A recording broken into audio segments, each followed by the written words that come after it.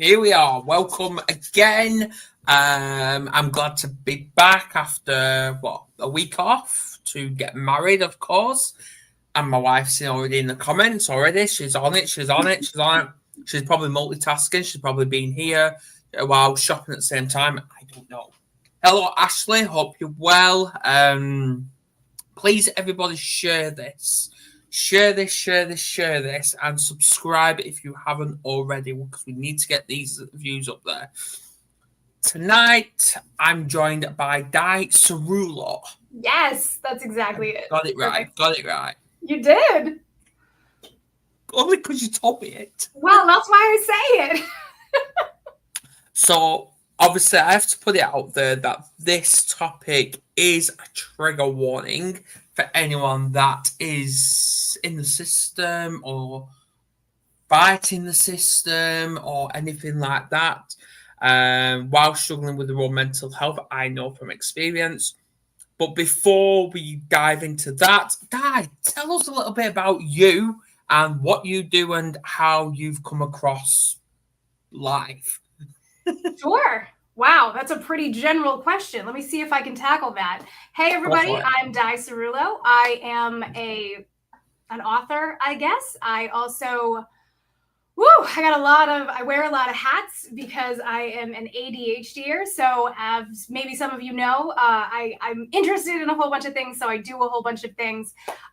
Professionally, I am a coach. So I train businesses and especially tech and biotech spaces about ADHD, ADHD, autism, and everything that falls under the neurodiversity umbrella. So that's what I do professionally. And then personally, I am a mom. I am a volunteer. I volunteer at our children's elementary school. And I am the librarian there. And they call me Mrs. Books because Ciruolo is kind of a mouthful. So that's what I do with my life. I am I grew up in the Massachusetts foster care system. I got into foster care, or at least I was placed in foster care when I was 3 years old. And I bounced around the system a little bit until I was around 7, when I was placed in a long-term care facility with a foster family. Unfortunately, this was not one of the good ones. Trigger warning, this was not a good one. And so that is what I wrote my second book about. My first book was about what I do professionally, which is how I tested the waters of writing books before I was going to write the foster care book. And then the second book was the foster care book. So that took, as you might imagine, a lot of energy and just, courage, power. It took a lot of power. It actually is. And you do need a lot of strength and power to tackle the system. Yes, absolutely you do. Because they definitely do try to continue to remind you throughout your life that this is all you deserve. This is your fault. Especially here in the United States, we have this sort of, and I don't know if this is true for y'all as well. When I was coming up in the 90s, one of the things that was very obvious to me was that other people, kids that end up in foster care, are somehow complicit in their own situation. And therefore, we must treat them as if they are dangerous to our quote unquote normal children. And so I definitely felt that way throughout my childhood. And I guess that has that lens has shifted how I deal with adulthood now, clearly. Absolutely. So I think we should start. You know what? I'm going to go for it. You said you was bounced around the system. Yes. So I want to kickstart with deep questions straight away. Please. What was going through your mindset when you, and I hope you're all right to talk about this, when you were first removed from your parents? I was first removed from my parents. My birth mother was a terrible judge of men. And she was living with a boyfriend at the time who was an abuser. She had been abused herself when she was a child. She did not see anything wrong with his behavior. So he started off thinking that starvation was a good punishment for children. And she thought that she would do whatever it took to please him. Her response to trauma was to fawn. So she just did whatever to please him. So when I was first noticed by the school system, it was because I was 25 pounds at 4 or 5 years old. So it was not at all where I should have been. So, I get on the school's radar, and they're sending home pamphlets about malnutrition and, children thriving and all of that sort of stuff. My birth mother is throwing those things in the trash and hiding them all. And finally, I contract ringworm, and which, if you don't know, is a parasite that you don't really see in sort of in children in Massachusetts. So I get on their radar a little bit more. They finally come in. They remove me for the first time and put me into temporary foster care, which is just over the weekend. Now, a little bit further down the road, that is when I start going into the system in a more real way. They sort of gave her some time to get her act together, and unfortunately, she did not see the benefit of that. So I had a younger brother at the time who was nonverbal. He was about 9 months younger than me, and he had drug and alcohol fetal syndrome when he was born. So the thing that was going through my mind was stay with my brother no matter what it takes, no matter what I have to go through, no matter what I have to suffer, no matter where they send us, I have to stay with my younger brother and keep him alive. So that was my primary concern. And often we find that over your own well-being as well. Yes, exactly. Yeah. We find that being the primary concern of the eldest sibling once they go into foster care quite a bit, sadly. Because it can be bad. Yes. Really can. Oh, of course. Well, that's the thing too, because I think a lot of times people think saints go into foster care, and sometimes they do. Sometimes saintly people go into becoming foster parents, and it is wonderful when they do. But that is not always the case.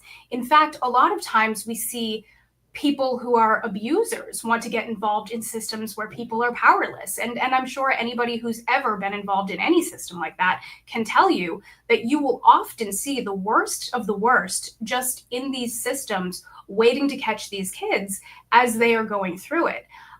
And that has been, that was my experience, and that was the experience of many of the children that I moved through the foster care system with, unfortunately. Well, obviously, we do have to put it out there that not all foster placements or adoptive placements are bad. Of course. There are some good ones out Some there. saints do get involved in foster care. Absolutely. That was just not my experience. And I'm grateful to those people who go and get certified and go through all of the effort of learning about the foster care system and bring a child into their family or additional children into their family. But that is not where we often are when we are continuously defunding the system intended to sweep things away from everybody else. Absolutely. And obviously Ashley's just put her mum was in the foster care and later became a foster parent. That is which, wonderful. as her daughter having foster siblings, we then became foster parents and later adopted our foster son. Well, there you go. That is so wonderful. I am so grateful and so proud of you. Thank you so much for that. Well, obviously, from my experience, and I know Kerry's thinking, here we go. I remember it was me and Kerry. We actually went to a protest. Yes. Outside the social services building. And obviously, if they're tuning in, which they probably are, they're probably going to get this shut down. I don't know. But anyway, we life goes on. We keep talking. But we went into a shopping mall because obviously we wanted to go and get a drink or something like that. And I came across this table and he says, "Foster now, foster our kids." And I literally went up to them. And obviously, I had like a protest T-shirt on as well, all on shore. And I basically put my hand on the table and I basically said to them, if only you knew the truth about the system. And they looked at me thinking, what are you talking about? But they didn't say a word, and I just walked away. If only you knew the truth. Yes. Because even people that are advertising this, they don't know. They don't see two sides. They don't know. Of course not. They just feel like they're doing a good thing, right? Yeah. A lot of times we see that people who are coming to protests and telling us all to do the right thing in the world, they have no context for what they're asking, right? They're doing it because they care about, they have values that align in that direction, and bless them. You know what I mean? But like, they don't have the context for the reality of what the system truly is. We call it the system. We do in the United States, y'all do in other. I mean, it's called the system. There are many systems in the world. This one is the. Like, exactly. And they're all connected with schools, the police, and stuff like that. Yes. Well, we can talk about that. Like, let's get into why that all, those things are all interconnected. Yes. Let's talk about that, because I believe, and I'm going to put this straight up as it comes, and if people hate this, what I'm about to say, tough. But I believe if the police want to come round, like, I do believe there are kids out there who do deserve to be taken. Of course there are. If they're being genuinely abused. Genuinely abused, yes. Genuinely abused or mistreated, get them taken. Yes. But when the police turn up, of course, let them turn up. But do they have to be in uniform? Oh, definitely. Do they have to? Because that ain't and when they see him, when these children who could be any age, witnessing police brutality towards the parents, which is assault. Yes. What sort of trauma is that given to the child? Yes. True. And that's, I don't see anyone talking about that. No. I tell two stories in my foster care book, and that is because it was such a pivotal moment in my life where I understood my place in the hierarchy, right? Because when my first encounter with being removed by the police happened when my birth mother was in a relationship with, as I say, that guy. He decided she was cheating on him and wanted her removed from his house. So the police came along, they took us, they took her, and they were all helping us leave. She is screaming and crying and begging him not to throw her out. And I, of course, am going up to the police officers and telling them, I didn't tell on him. This is all, and they all looked, the two of them that were standing there, both looked down at me like I must have been the scum of the earth. Not the way we would treat a child, not the way you would treat a child who had power and had parents and had all of those things. They looked down at me like I was just going to be another piece of trash that went through the system. And that is how they acted. So in my mind, when it was my first time, and this is not a protestation of police in general, that's not what I'm saying. I'm sure there are amazing police officers, just as there are amazing people in every profession. However, these two gentlemen definitely let me know where I fell in the hierarchy of what was important to them. Yeah. So, I mean, I completely agree. It's terrifying. We have a very militarized police in the US, so it is even more so. Yeah. I think it would be important to fund the system in such a way that we actually have healthcare professionals, social workers showing up at that door, and not just the social worker that's got like 40 cases and she never met the kids before or any of that, like true community involvement. But that's not where we are, and that's not where we've been all of my life. Absolutely. All right. I'm seeing this bit of debate going around all over social media, and I have done for the last few months. And I'd like to ask you this particular question, and everyone in the comments as well. I'd like to ask you, do you believe social workers should come to an address wearing a camera? I think that depends. Are the social workers coming to the address wearing a camera with police? Because we've seen a lot of those videos here in the US as well. So we are now seeing here that... No, I meant like if they're coming just to do a visit. If they're coming just to do a visit. Exactly, because I know for a fact, and it's happening in the case when I've been dealing with it, is I understand why. Like, I understand the excuse for it, but I also don't feel great about it because I think it just adds to the feeling of how do I want to put this? It feels like you're an alien when you're a foster kid. It feels like you are unhuman, less human, subhuman, right?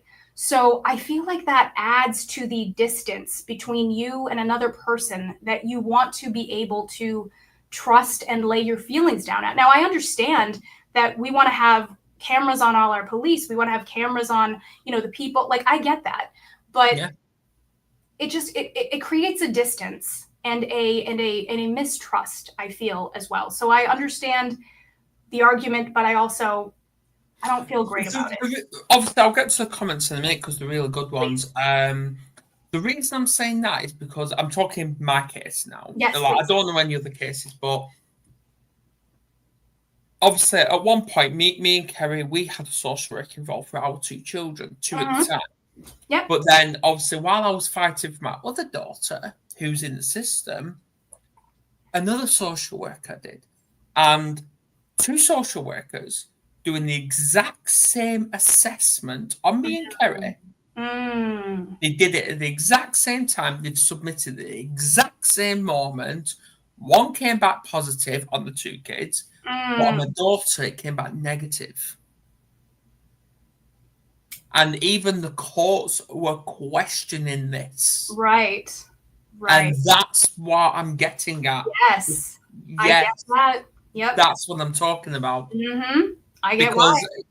Because obviously they are doing a lot of like even parents when they get visits from whether it's school, whether it's professionals, social workers, and all that. Parents have got cameras up. Yes. Or they're recording these social workers. And really, what I believe social workers should be doing is the exact same to what the police do, because when they finish their report, the police put a line underneath and they get signed. Social workers don't do that. No. Yeah, it's I would say if they're not doing that, then we're talking about the subjective opinion of people just walking up to your house for the first time, right? Yeah. They changed the report, and that's where they deem the parent at risk. Maybe I don't know. I really hate when, as we were saying before, in cases of true abuse, definitely come through, definitely get the kids, definitely go through that entire rigmarole. I understand. Yes. However, a lot of people, and this is in the US is my experience, so please correct me if it's not your experience. A lot of people in the US, we have standards here by which we expect parents to provide for their children. So if you have a case before the court and your children have been removed from you because you haven't been able to provide them stable housing, for example, you've got two kids, you need to be able to get yourself an apartment or a place to live that has two different bedrooms if you have a boy and a girl. So there are standards by which we make other people work to get their children back. And it's just, it sets people up to fail, and it puts their kids into the system, and it creates a trauma, because what we are doing is criminalizing poverty instead of providing the support, care, and safety that children in our community deserve. So if we want to standardize what is required for children, we also need to provide the services that let people rise to that level. We can't have housing be absolutely unobtainable in the US. I mean, even where I live, it's like $3,500 for a two-bedroom apartment here. So What do we expect people to be able to do? What do we expect people in poverty to be able to do to get their children back? So in my mind, you do not need to remove children unless you are also willing to provide that help that they need. I mean, if you were taking kids out of their parents' house and providing them this wonderful experience, that might be something to have a conversation about. Then we talk about standards. But if you're taking kids out of their family's home, out of their parents' home, where they feel safe, where they feel stable, and then just not giving a flying fork where they go off because you don't think these children have value, that just perpetuates the trauma that continues to manifest itself on these children, that just takes them right through the system and puts them right in from the foster care to the prison pipeline here. So I have strong feelings about how we do social work here. Well, sorry. Not to go off on a tangent, y'all, but like I have strong feelings about where we fail children here in the US. I'm loving it, and I'm going to get to Ashley's comment right now, to be honest. Obviously, but let's also talk about the re-traumatization kids experience when a system wants to reunite the kids with the parents, but the parents aren't committed to changing the ways. That was my experience. Yes. That was me when I was, My birth mother did not want to do any of the things that were required at all. And to be clear, when we say required, we're talking about parenting classes. She was told she needed to take parenting classes, and she wasn't willing to go even that far. Have you noticed, though, that these social workers, they obviously tell us to, basically threaten us to remove the kids if we don't take these parenting classes, but these social workers aren't parents themselves. I've seen that a lot of times. And it's very interesting to me because, unfortunately, the way the system is, and it's completely overburdened. So what you have is older people that are completely burned out and jaded by the system, and then very young people who are in the system at their very earliest, before they've got kids, before they've got experience, before they have anything, and then they're just running at the wall with burnout. So, and then they leave. So it perpetuates the system and the harm that the system does, the way that we staff and fund this system. So let's move on and let's talk about your experience when you was in the system. Obviously, it clearly wasn't positive. No, it wasn't. Like how long was you in the system for, if you don't mind me asking? So no, I was permanently. I was in the system by the time I was 6 or 7, and then I was there till I aged out. And in Massachusetts, you age out at like 20 or 21. Right. Yeah. It's different over if a child. Yeah, it's different everywhere. Yeah, Massachusetts is actually one of the places that has the age out be at like 2021. By the time I was getting to that age, it moved back up. But across the United States, a lot of places it's 18 years old. They're doing transitional adulting classes by the time the kids are 15, 16 years old. So getting them ready to, yes, exactly. Absolutely. Yeah, they do that over here. But believe it or not, before we move on, because I was fighting for my daughter for over 7 years, I've now been given a 10-year restraining order from the courts, which means I can't fight for my daughter. I'm sorry. 10 years. I'm so sorry. All because of social crimes. Yes. So yeah. Anyway. But it's horrible. It's traumatizing for the parents as well. Yes, and then if we show any vulnerability or any emotion, it targets us more and probably get us locked up, which that's what I want to talk about as well. Yes. Have you noticed that even if, because obviously I know domestic violence is huge at the minute in all over the world, but men can be victims as well of domestic violence. They really can. Yes. But have you noticed that if a man rings the police, it's always the man that's removed or arrested? Yes, I have noticed that the system is slanted in that direction for sure. And that's true for foster care and the court systems where it has to do with children cases that include children. Yes, yeah, I have noticed that quite a bit. And it's again, it is part of the underfunding of the system that we can't go ahead and go from case to case, weighing it as we are intended to do, right? So weighing the facts, doing the research, looking into, what individual things each family might need. There are a lot of ways that we could make the system a lot better, but do we want that?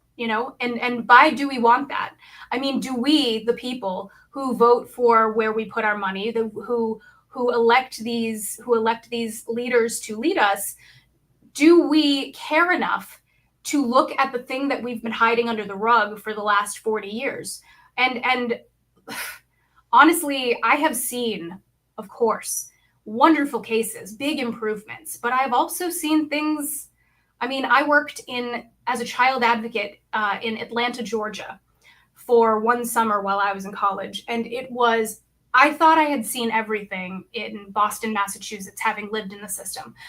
But the more poverty you add, the fewer social services you have, the farther down the bottom is, if that makes sense. Like in the cases I had on my desk were just in free fall. It was, yes, I have noticed what you're asking about, but I think the thing that is impacting us the hardest is just the poverty rises, the system gets worse. You know, absolutely. Like the more and more poverty we see, the worse and worse the world gets. The kids feel it first. The kids get hit the hardest. So let's talk about special events when living in the system. So birthdays, Mother's Day, Father's Day, or even Christmas. Yes. What is it like compared to actually being with your parents? I would say that I remember specifically times that I had where I was devastated. I recall a grandparents' day when I was a child where I very much loved my grandmother and my grandparents, and I was just desperate to fit in and be normal. And I wanted to call her and tell her to come to grandparents' day, which she very much would have. But unfortunately, when you're in foster care, you're not allowed to call your relatives. They're not allowed to know where you are. It's a safety issue. Yeah. So, and there aren't different levels of that. It's once you're in the system, you know, they cut off all contact for safety. Yeah. So there I was, you know, the only kid whose grandparents didn't show up. And it wasn't, again, that they didn't show up. They couldn't know. So I was sitting in the corner alone by myself, reading to myself. And I remember a superfluous older gentleman came over and asked me if I wanted to read to him. And I very much did. And so he sat down with me and I read him Cloudy with a Chance of Meatballs, which was my favorite book. And a newspaper reporter was there and came over and took our picture while I was reading to him. And when the newspaper reporter asked him what his name was, he said he was my grandfather. So I remember tiny times and very small things that people had done to give me back my human dignity.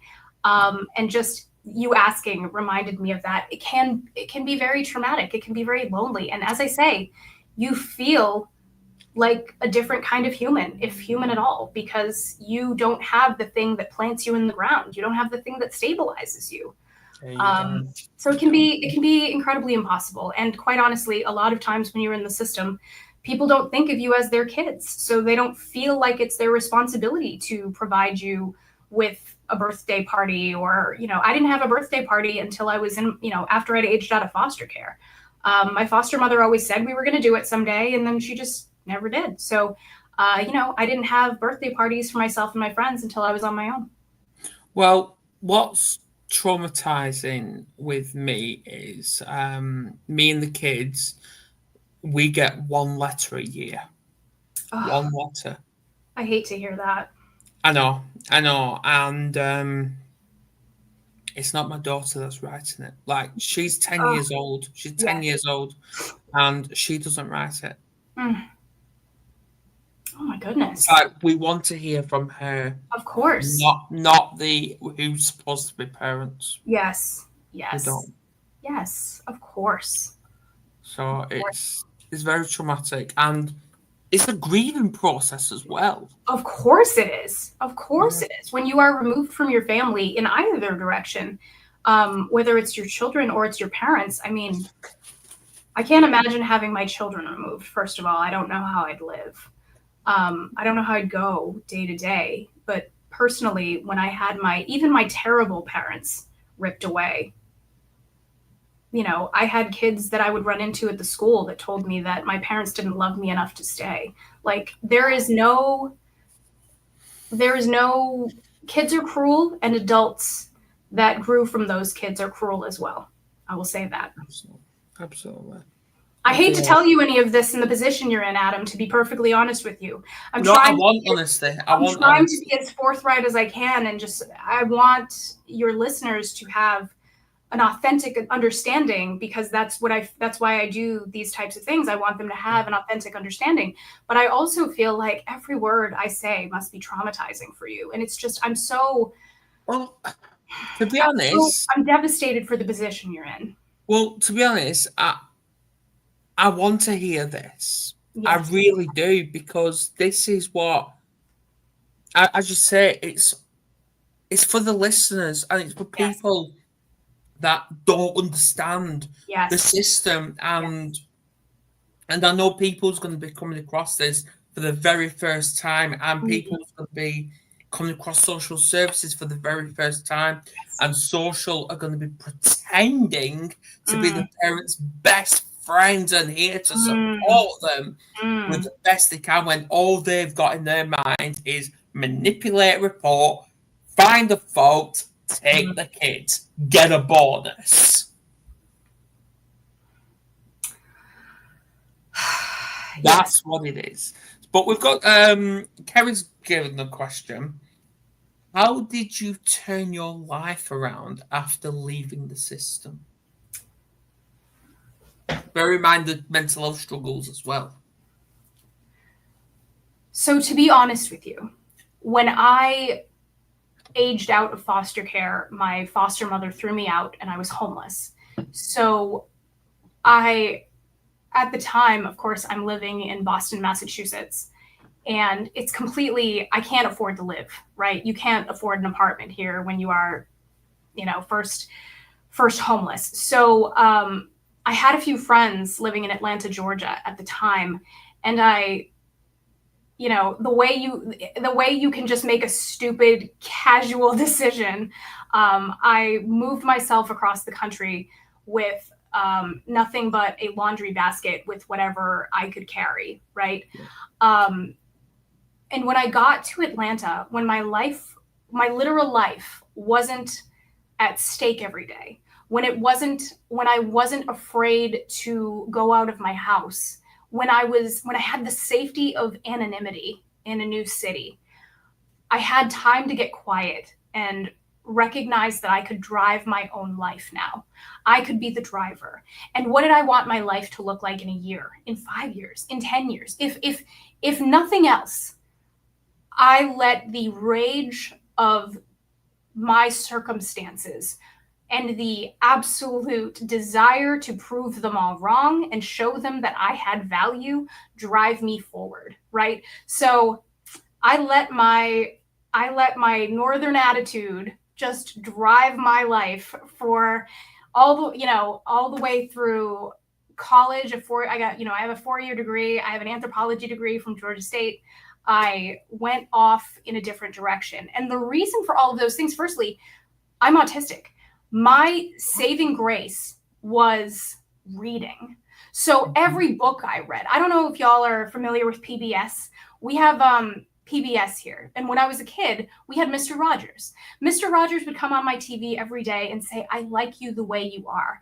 Then we had Reading Rainbow with LeVar Burton, who told us not to take his word for it, to go read those books, to go find out what they don't want you to know, And I wanted that. So I am a great and voracious reader, right? So I'm reading every book. I'm realizing that the way I am living is not normal, and it's not my fault. So if you are living a life where everybody in your circle is going through what you're going through, if everybody around you, if you are living in poverty with everybody else, you don't look outside that bucket. You're surviving, right? You're surviving every day. Once your survival isn't at stake anymore, suddenly other things matter. Your mental health matters. Your spirituality matters. All of those things became important to me, and I was able to focus on myself in a real way. So how did I survive? Rage and just defiance, if I'm being real honest. just the will to change my life. I refused to be what they said I was. And that's what Robert's just put. Anger, as destructive as it can be, is a fuel in tough time. I've heard that. I've heard that anger can be destructive, and yes, it can. But I would say that when you have anger at the right people, when you feel rage at being harmed by people who should have protected you, very different thing. I think you start fighting for yourself. I think you start realizing that the person you are, the child you were, had value and deserved to be protected. And suddenly you're playing a different ball game. Do you know what I mean? Yeah.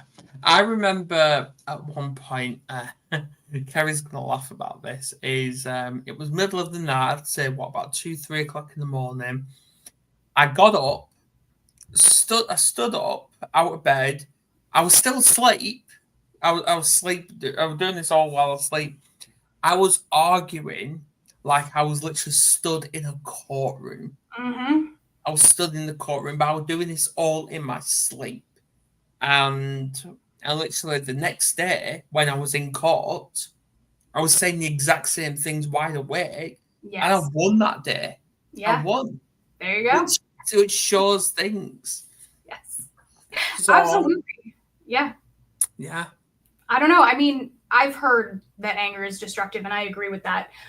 If the anger is pointed in, it can be very destructive. If the it has to be in the right way as well. It has to be the right kind, and it has to be facing the right direction. You know what I mean? Absolutely. Don't go tell everybody Di said that let the rage drive you forward, but let the rage drive you forward. You're live on YouTube, so there you go. Right, I want to dive deep in a minute. So I want to talk about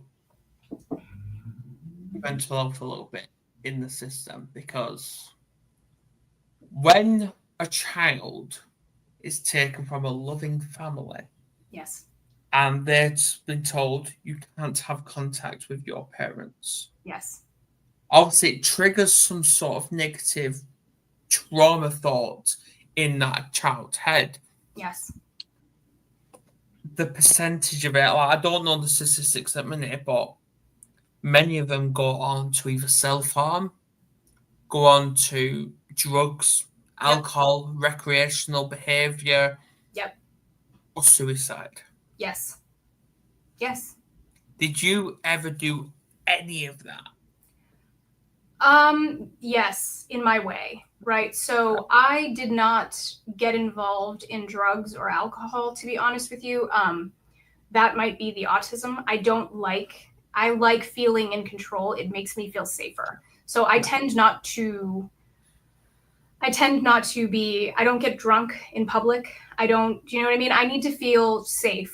I need to be in my house safe to have, not have all my faculties. And that's the trauma, right? That's the lack of trust. So, but yes, I picked absolutely atrocious relationships. I did everything wrong. I chased stupid boyfriends that treated me like garbage. I mean, yes, in my way, I very much followed that self-harm path. When I was 16 or 17 years old, trigger warning, I did feel suicidal. I felt like nothing was ever going to get me better. I felt like I was never going to matter enough. I was never going to be able,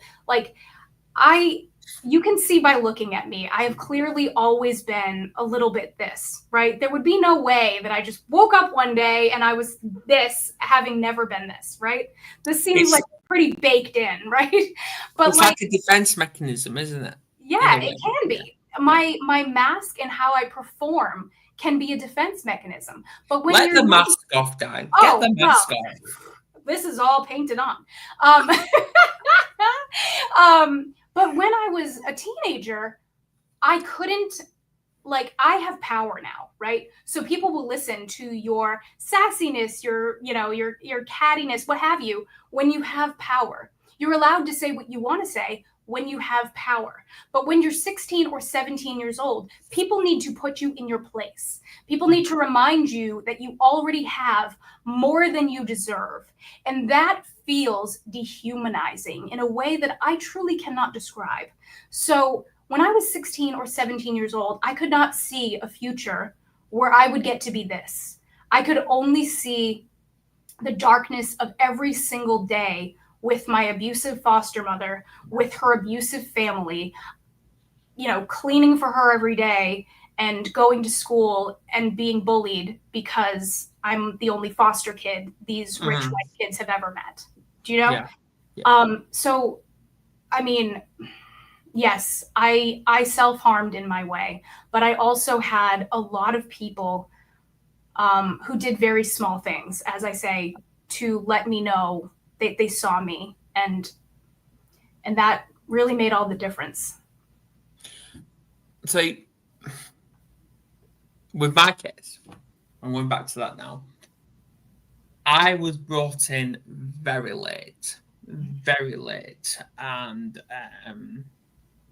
obviously I didn't know the law or anything like that. I didn't know what the hell I was doing. Right. And I got a solicitor, but before the hearing, I had 48 hours to find a solicitor. 48 hours. Yeah. Before court. I did it. Yes. And obviously that particular hearing was supposed to be the final hearing before my daughter shift off and get us adopted, but I could have stopped that straight away. I stopped it. Yeah. Did it piss the social worker off? Of course. Of course it did. Of course. And obviously straight away the solicitors tried to throw me at the Section 20. I wasn't going to sign that shit. I literally got hold of it, read it right in front of her. I ripped it up. I ripped it up straight away. I wasn't signing that shit. But obviously I never got the support or anything like that. I never have. But it's one of them. It's one of them. Like I even said that I was gonna do the fight with Kerry, like together. But they kept separating us. The solicitors kept separating us. Of course. Separating us, which is what they do. Yes, which is what they do. Yes. But it's just one of them. But every time obviously the barrister, when I lost in April 2016, the barrister pulled me aside and said, "Your chance of getting a hearing after appeal is minimal.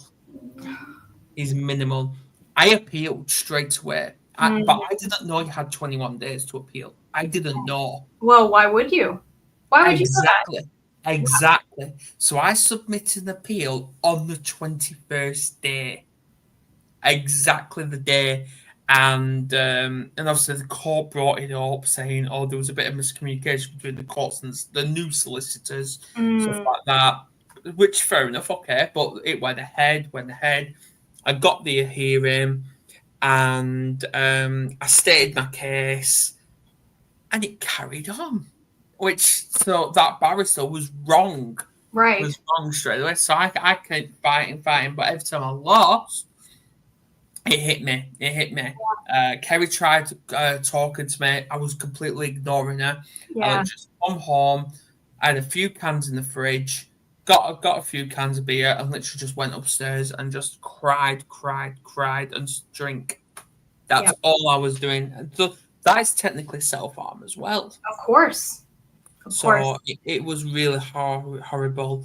I know when I was walking back as well, Kerry rang me and I said I lost. And I put the phone down on her. She tried ringing me back. I weren't picking up. Yeah. She was texting me. I weren't answering it. I weren't reading it or anything like that. So she got worried. So, of course. So it was one of them. I think she, I don't know if you're still here, Kerry, but I think she thought I was going to do something to myself. I understand why. A little bit, Adam, if I'm honest with you, a little bit, I hope that my birth father is watching this because he's actually quite a fan of mine. Okay. We didn't have the relationship that we wanted to have when I was a child, but he's very much, a part of my support system now. And I'm grateful to you because I wish that I had the opportunity to hear how hard my father was fighting to keep me. because I feel like that might have changed how I felt about myself and my life, you know, in my early days. Well, so I'm grateful for you telling yeah, me. well, obviously I was fighting for over 7 years, and the thing is, I know my daughter's going to read those documents one day. She will. I know she is.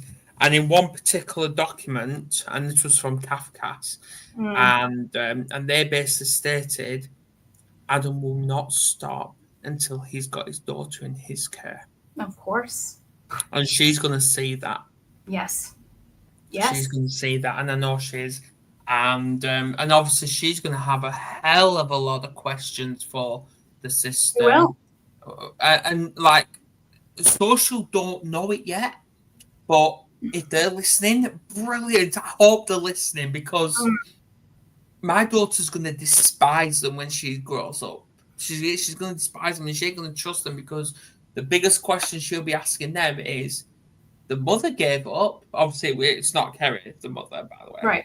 But the mother gave up on me, but there was a dad there that continued to want me, continued to fight for me, and you stopped him from having access to me.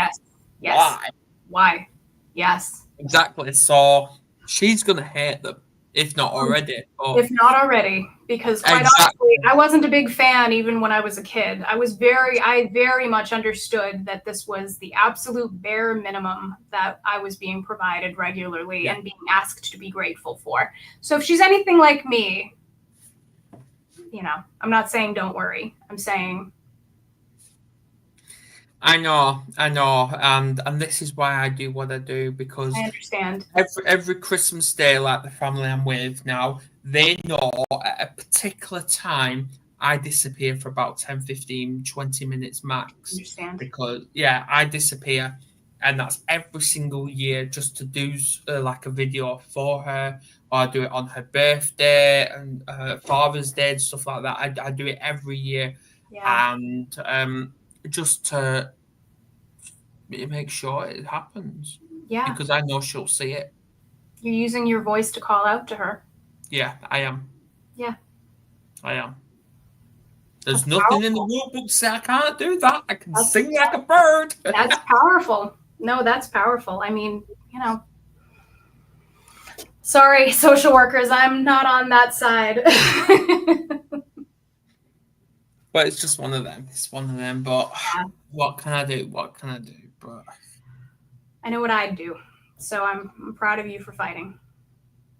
I know. Well, obviously I can't fight. I can't. But they won't silence me. They won't. Of course. They of course won't. not.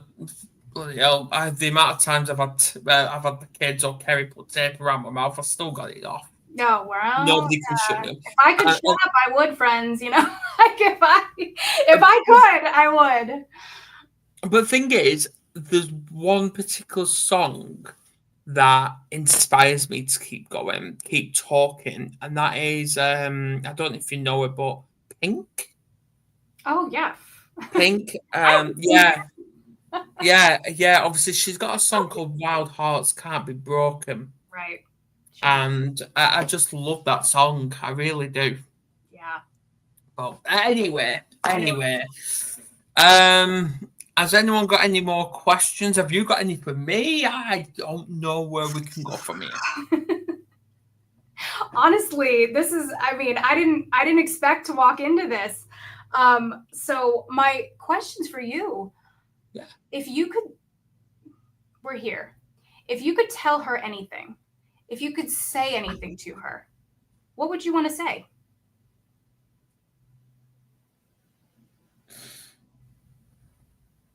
Daddy's here. Yeah. I like that. Somebody's at the door. Yeah. Please, everyone, please ignore my tiny dog. I have kids. My doorbell's always ringing. We always have kids in and out of here. I apologize, friends. Anyway. Yes. I'm so happy to hear that. You know, I think she'll be happy to hear it too. And whether you know it or not, I think she's probably finding her way anyway. You know, I think she's finding her way to your messages and your love for her in the world anyway. I mean, I surely did. Well, to be honest, I believe she is reaching out to me in her own way. Yeah. How I know that? Because there was actually a court order to state that my two kids, they got one letter a year, and I got one letter a year, but now they suddenly just mixed it into one letter. But also, my kids got one drawing from her a year. But at this one particular day, my daughter, she did a drawing, and I know that foster care, like children, they have flashbacks Yes. from positive moments in their life. Yes. Now, I believe this one particular drawing, she drew a family where it was her, my two kids at the time, and me, and we was all together. And she wanted to send that, but I think the parents she's with, I think they seen that and they didn't like it. So that's why the drawings have now stopped. Yes. That was my experience as well. So my foster mother wanted me to believe that if I felt okay, the short version of this, she was a narcissist. She very much wanted me to work for her love. So she convinced me that she would treat me better if I was her real daughter. That's what she would say. Okay. If you were my real daughter, I would treat you better. And if you were my real daughter and you felt like my real daughter, you wouldn't need to have any other parents other than me. You wouldn't need to worry about your birth father, your birth mother. And that is just not the place of foster parents. I cannot express that enough. That is just very much not, it was not her place. And I am not suggesting, please hear me, I am not suggesting that people who bring children into their homes after a child has been abandoned in foster care, after a child, I don't mean them. I don't mean those types of folks who are coming in and making that child their own. I am talking about people who have children with open cases, that have parents that are very much involved, or have parents that love them, or any of those sorts of things. It just wasn't her place. Does that make sense? It just wasn't fair of her. She kept me away from both of my birth parents. Only one of them was abusive.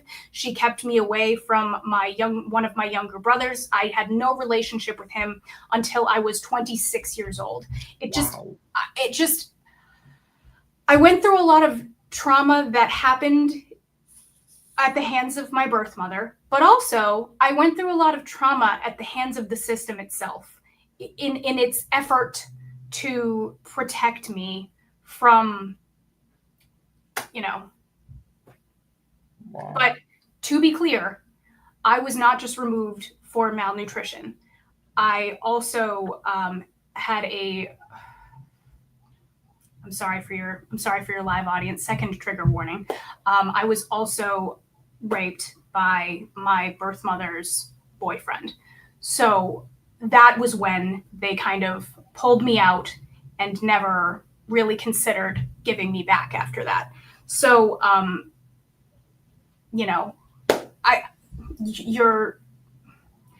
I don't like that I wasn't able to have any relationship with any of my other family members. I'm very hurt by that still. I understand why the level of urgency and why the level, so I have to walk a very different line where I have to stand at the crossroads of both of those things and acknowledge them at the same time. They definitely had something real to protect me from, and they very much didn't need to take away things that weren't part of that. I don't know how else to say it. I'm sorry. So. No. You don't need to apologize. You don't. Fucking hell. I look like I'm really. Oh, see, I've been trying not to swear this whole time. But the thing is, we keep saying this. If you want to swear, you swear, because if people don't like it and take offense to it, then that. No, you have a fancy accent. I can't. Because the thing is, you're expressing how you feel, and that's what we're all about here. But it's when you were just talking about that. Obviously, my daughter's not been raped or anything like that. Well, I hope she fucking hasn't. But it's just similar. It's just course similar, but Right. believe it or not, my daughter's never lived with me. Yeah. She was never lived with me. I never lived with my father either. So it looks like your case and my daughter's case are basically identical. Yeah. Well, hopefully not. But yes, I never lived with my birth father either. Wow. But in my adult life, he is part of my life, and he's part of my children's lives. So Wow. yeah. So I do hope my daughter will start come looking. She will. She will. It's My name's not on her birth you have to certificate. have a very egregious reason not to go looking. I mean, even my birth mother tried to come into my life when I was, I don't know, 25 or something. And she would, because Facebook gives us these gifts. She tried to come back into my life when, I was 25, and she wanted to borrow my clothes and wanted to be friends and I just, I got one, I think I responded to her by saying, I can't believe you don't want to apologize to me. Like nothing, because she was, of course, very much part of the abuse that I went through, but she would very much rather that did not exist. She doesn't want to acknowledge that. She would much rather poke holes in the story, even to this day. Even to this day, I've had to block her on everything because she needs to believe that didn't happen. She had no part in it. She was a victim too. And maybe she was, maybe she was. But my father went a different route, took responsibility, left me my boundaries, is respectful of who my relationship with him. He's comfortable with whatever I am willing to give him. And that's completely different than how she how she takes it. So she sent me a note once on Facebook that said, well, sorry for ruining your life, I guess. That was the level of accountability and responsibility she took after I had survived the foster care system and made it out on my own. So do with that what you will. Don't go that route is what I would say to you, Adam. Don't go not my fault, not my responsibility. This must have been somebody else's, No, all I know is that my daughter will have questions for me. She'll have questions for you someday. That's right. And I've already got the answers. Well, I think you do, right? I think you do. I think as you see me as a grown woman, right? As you see me as a grown woman, you're going to have a very different relationship and awareness, right? Did you say you were 34? Yes. You have so far to go. You had to say that in public, didn't you? I apologize. I'm 42, right? But I think I think you have scarier in your mind, if I may. In your mind, I think you have scarier questions that she's going to ask you. But I think the questions are going to be more, I think they're going to have more love in them than you might think. How about that? I feel like as you get older, you will be able to answer them with more, I don't even know, maturity isn't even the right word. I feel like right now you're still very angry. Like I can feel, and that's, of course. Oh, you're an empath. Of course you are. No, I'm just lived this world, right? Like I've lived here too. So I've had this conversation thousands of times, but I think you still feel the anger right now. And I think eventually, she'll find her peace with it. And I hope that for you. I hope you both find your way back to each other. That's what I hope for y'all. Yeah, absolutely. Absolutely. Yeah, like obviously Carrie's put, she was never allowed any contact with her niece when she was taken into care. It's so wrong, but now she's an adult. They've got a bond. Yes, of course. And her niece, our niece now, yes, of course, came to our wedding. So there you go. Yes. I mean, I think we all find our way to where we're going. And I'm sad and devastated for you that this is where you are. But I also hope, that you find your way. I hope she finds her way. And I know she will.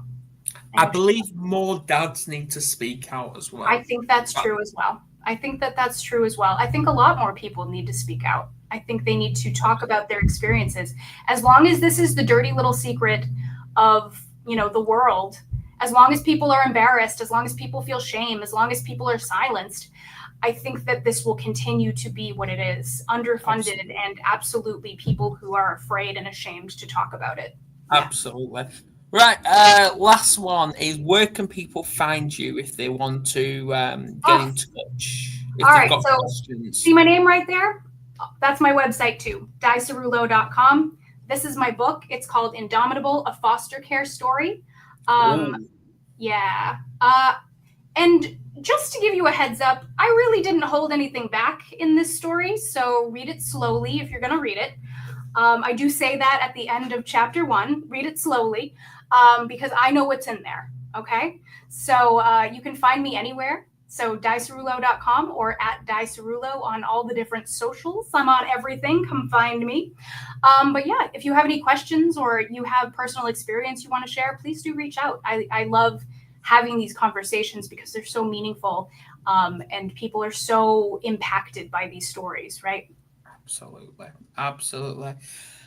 Little bit of housekeeping for people is next week I'm back. Yeah, can't get rid of me that easy. We're actually going off this topic, but this time we're going to be doing a mindset of a bully when they are dealing with someone with mental health struggles. So I think I'm just loving these week in, week out where they just follow each other. I'm loving it. I love that. Woo, can't wait.